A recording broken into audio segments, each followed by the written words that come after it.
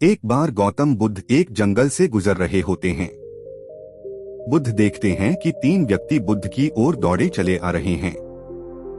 वो तीनों बुद्ध के पास पहुंचते हैं और उनसे पूछते हैं, मुनिवर, क्या आपने यहाँ से एक स्त्री को भागते हुए देखा है? बुद्ध ने कहा, नहीं, मैंने तो यहाँ से किसी भी स्त्री को भागते हुए नहीं देखा। बुद्ध ने उन तीनों से प्रश्न किया, लेकिन आप तीनों इतने परेशान और चिंतित क्यों हैं? उन तीनों में से एक व्यक्ति ने कहा, वे स्त्री एक डायन थी, वो हमारा सारा धन लेकर भाग गई। बुद्ध ने कहा, बिना किसी कारण ही वह तुम्हारा सारा धन लेकर भाग गई। उन तीनों व्यक्तियों ने थोड़ा झिझकते हुए कहा, कारण तो नहीं, हम उसे अपने आनंद और आमोद प्रमोद हेतु एक रात के लिए लाए थे, लेकिन उसने हमारी मदिरा में बेहोशी की दवा मिलाकर हम तीनों को बेहोश कर दिया और हमारा सारा धन चुराकर भाग गई। बुद्ध कहा, चलो अच्छा हुआ उसने तुम्हारा बोझ कम कर दिया।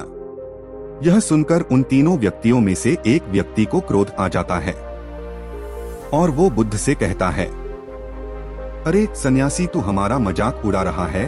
तुझे पता भी है वह धन कितना था? इतना था जितना तुमने कभी अपने सपने में भी नहीं देखा होगा। वो ही व्यक्ति इस बात से अनजान था कि बुद्ध बनने से पहले एक राजा के पुत्र थे, जिनके पास धन की कोई सीमा न थी। बुद्ध ने मुस्कुराते हुए कहा, वो है स्त्री तो अभी तुम्हारा सबसे कीमती धन लूट रही है, लेकिन तुम कुछ भी नहीं कर पा रहे हो। तभी उनमें से एक व्यक्ति बोल पड़ा, लेकिन यह कैसे हो सकता है? हमारा धन तो उसने कल रात लूटा था, लेकिन आप यह क्यों कह रहे हैं कि वो अब भी हमारा धन लूट रही है?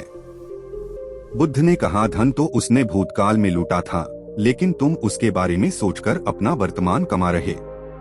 वो है तुम्हारा वर्तमान भी तुमसे चुरा रही है।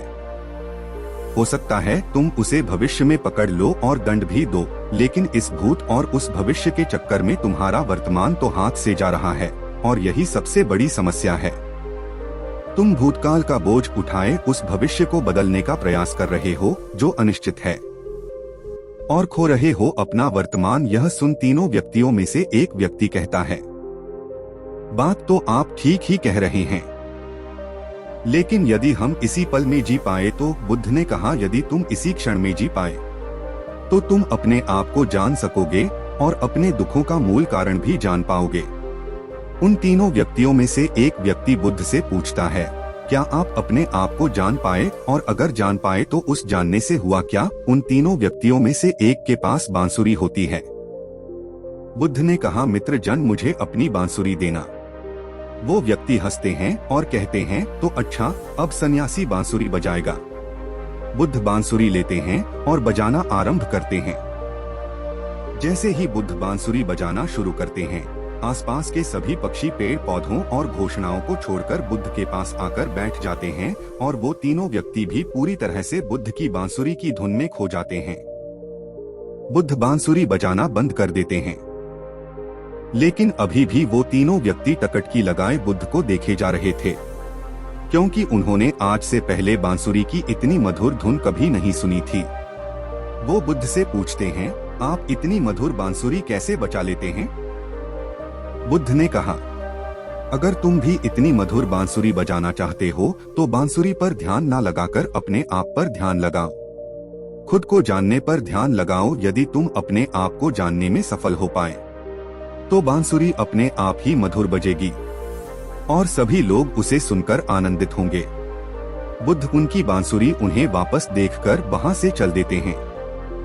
तभी उनमें से एक व्यक्ति दौड़कर बुद्ध के पैर पकड़ लेता है और कहता है, मुनि भर, क्या आप मुझे भी बांसुरी बजाना सिखाएंगे? बुद्ध ने मुस्कुराते हुए कहा, क्यों नहीं, परंतु मैं तुम्हारा सारा अहंकार छीन लूंगा। और वह व्यक्ति उदासी से बन जाता है। उन तीनों व्यक्तियों की ही तरह हम में से ज्यादातर लोग अपना सबसे कीमती धन खो रहे हैं और हर क्षण गरीब हो रहे हैं। वह धन है हमारा वर्तमान। वह धन है हमारा समय, जिसे हम भूत और भविष्य की चिंताओं में खो रहे हैं। धन्यवाद।